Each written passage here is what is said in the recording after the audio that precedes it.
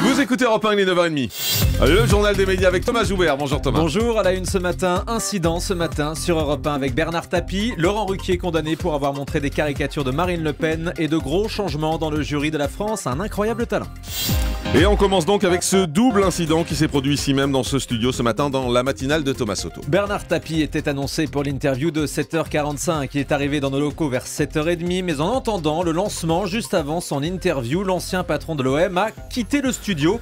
Il n'a pas apprécié que l'affaire de l'arbitrage d'Adidas soit évoquée. Je vous déroule la suite des événements. Bernard Tapie a donc quitté le studio pendant la pub en proférant quelques insultes. La direction d'Europe 1 a tenté de le retenir. Après une heure de discussion, Bernard Tapie a finalement accepté de revenir en studio à la fin d'Europe Matin pour une interview où tous les sujets ont été abordés, mais une interview assez tendue puisque Bernard Tapie a fini par quitter le studio une seconde fois. Les nombreux rendez-vous que vous avez avec Claude Guéant le 2 septembre 2004, vous lui écrivez. Allez, non, mais... merci beaucoup. Ah bah non, non, bah non. Allez, ça va. Mais Bernard Tapie, non mais. Ça va. Bah voilà.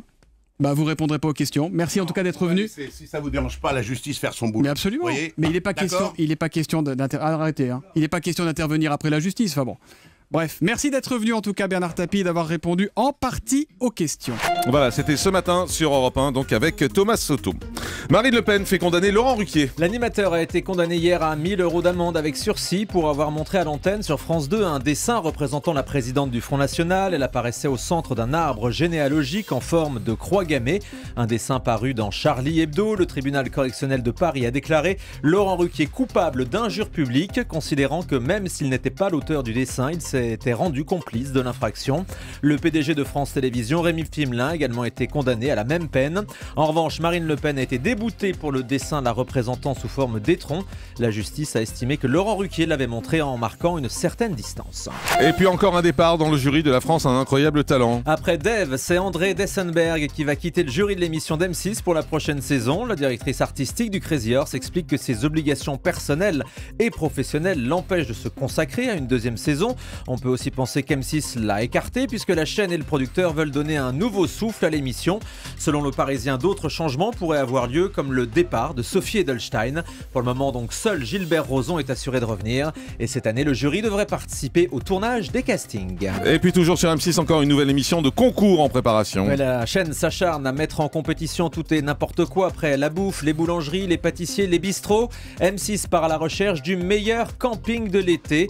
Un casting a été lancé pour rechercher des familles passionnées de camping. Pendant 10 jours, on suivra donc 2 familles qui visiteront plusieurs campings et donneront leur avis sur les infrastructures, les activités, les loisirs. Pour participer, il faut donc être une famille avec 2 enfants minimum et considérer le camping comme un mode de vie. Les inscriptions sont donc ouvertes par mail castingcampingm6@gmail.com si ça vous intéresse. Les castings de la nouvelle star sont ouverts. La production a dévoilé les lieux de ces auditions qui auront lieu dès septembre. 2 villes supplémentaires ont été rajoutées, Bordeaux et Nantes. Le jury passera également par Marseille, Lyon et Paris. L'adresse pour s'inscrire, c'est nouvellestar.fr tout simplement. Le télécrochet devrait être sérieusement remanié pour sa 3e saison sur des vies. France 5 prépare un prime spécial sur les croisières. La chaîne va même envoyer les 2 présentateurs de la quotidienne, Thomas Hill et Maya Loquet, sur un bateau de croisière pendant 12 jours. Selon le Parisien de ce matin, ils seront chargés de tester tous les métiers à bord, plongeurs, serveurs, animateurs, cuisiniers. L'expérience se veut divertissante et pédagogique. Le programme devrait être diffusé en prime time d'ici la fin de l'année. Gulli, la chaîne jeunesse de la TNT, prépare une émission sur les sosies. Oui, un concours intitulé Les mini-sosies font leur show qui sera réservé aux enfants de 11 à 15 ans. 8 candidats tenteront de ressembler le plus possible à leur idole en les incarnant par le chant, la danse et leur style vestimentaire. Il risque d'y avoir sans doute du Justin Bieber dans l'air. Un tournage est annoncé le samedi 7 juin sur un site chargé de recruter du public. Et puis cette information exclusive, une chaîne française vient d'acquérir l'émission de rencontre où les candidats sont entièrement nus sur une île. Je vous avais parlé de ce concept incroyable présenté lors du dernier MIP TV à Cannes, s'appelle Adam à la recherche d'Ève. Les candidats garçons et filles se rencontrent tout nus sur une île au soleil. L'émission fait un carton aux Pays-Bas et selon nos informations, une société de production française vient d'acquérir les droits.